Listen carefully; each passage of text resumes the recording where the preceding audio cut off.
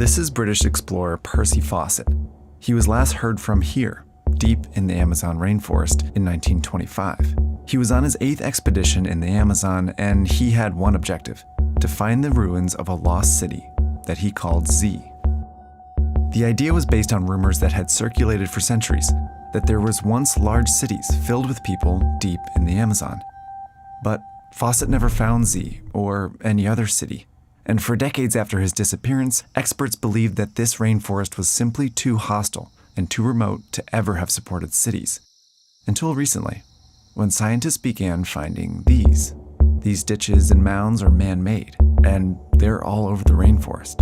Now, archaeologists think they finally know the answer to an ancient mystery. Where are the lost cities of the Amazon?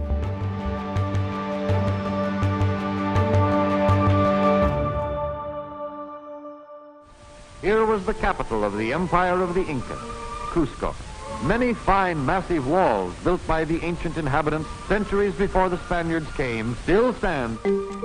In the 16th century, European colonizers poured into Central and South America, bringing with them soldiers, disease, and plans to conquer it. They encountered many groups of indigenous people, some of whom had long ago built huge cities, like Tenochtitlan, founded by the Mexica people around 1325 AD, and Cusco, founded by the Incas around 1200 AD. These cities were constructed with stone and featured well-planned roads and neighborhoods.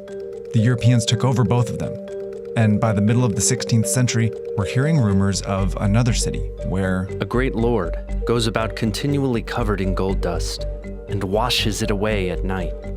Those rumors eventually became the legend of El Dorado, a city made of gold hidden in the Amazon rainforest. These impressive cities made a golden city seem plausible, so many Europeans set off in search of El Dorado. But they all failed. Most ended in starvation, disease, and death. No one found a golden city, but they did record signs that one could exist. Spanish explorers claimed to see cities that glistened in white, great quantities of maize and a town oats, of disproportionate size, and a chief with gold idols and very other large riches. towns, to such an extent that they were astounded. Explorations continued over the next 200 years or so, but by the 19th century, the legend of El Dorado had been dismissed as a myth. It wasn't until the early 20th century that these reports inspired a British explorer to revive the search. For 2 decades, Fawcett scoured the Amazon for remnants of an ancient city, focusing on 2 areas, the western Amazon in Bolivia and the southern Amazon in Brazil. But he couldn't find any of the things the early European explorers observed. He met indigenous people but described them in his letters as living in small groups and simple villages. And he didn't find any sign of stone ruins. This seemed to support what had become near consensus among experts at the time, that this rainforest was too inhospitable to support large, complex societies, let alone cities. Modern research estimates that around Fawcett's time, only a couple 100,000 people lived in the entire Amazon rainforest. More racist theories at the time held that these indigenous people were too unsophisticated to build cities.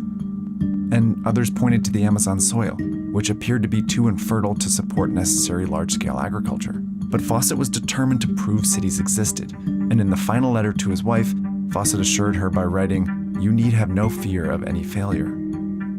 Then he left his camp and was never seen again.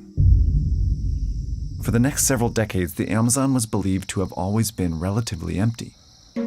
But it turns out Fawcett was looking in the right place, just for the wrong thing. One clue Fawcett missed was in the soil. In the 1960s, scientists discovered patches of extremely fertile soil. Analysis showed it contained much more nutrients than usual. They called it terra preta, or black earth, and found lots of it in the Amazon, especially along rivers. Further studies revealed that it was created by human waste, or the intentional burning of the forest, which adds nutrients to the soil below. Terra preta was evidence that large-scale agriculture was possible in the Amazon. The next clue Fawcett missed would have also been hard to spot. In the 1990s, along the Xingu River in Brazil, a team of archaeologists led by University of Florida's Dr. Michael Heckenberger made a remarkable discovery.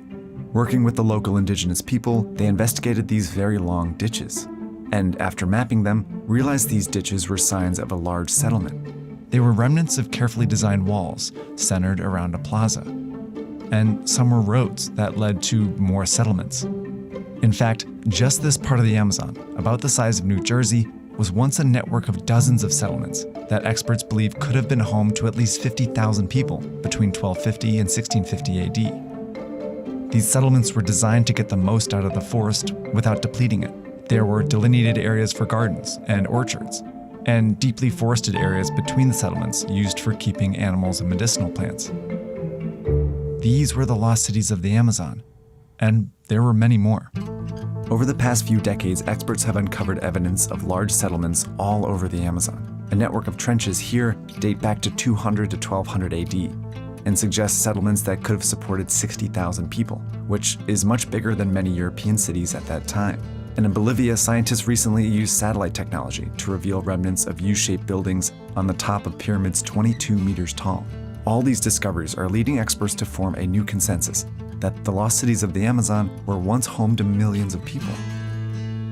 Fawcett didn't find large populations of indigenous people because an estimated 80 to 95% had died from smallpox and measles, spread by the first generation of European colonizers between the 16th and 17th centuries. And he didn't find stone ruins because, unlike Cusco and Tenochtitlan, the Amazon's indigenous people built with wood and earth, which decompose over time. What remained was an Amazon full of dense vegetation and swaths of infertile soil that appeared to be untouched by humans, when in fact, humans had been engineering it for centuries. These lost cities show how humans and the rainforest once coexisted, a relationship we're only just beginning to understand.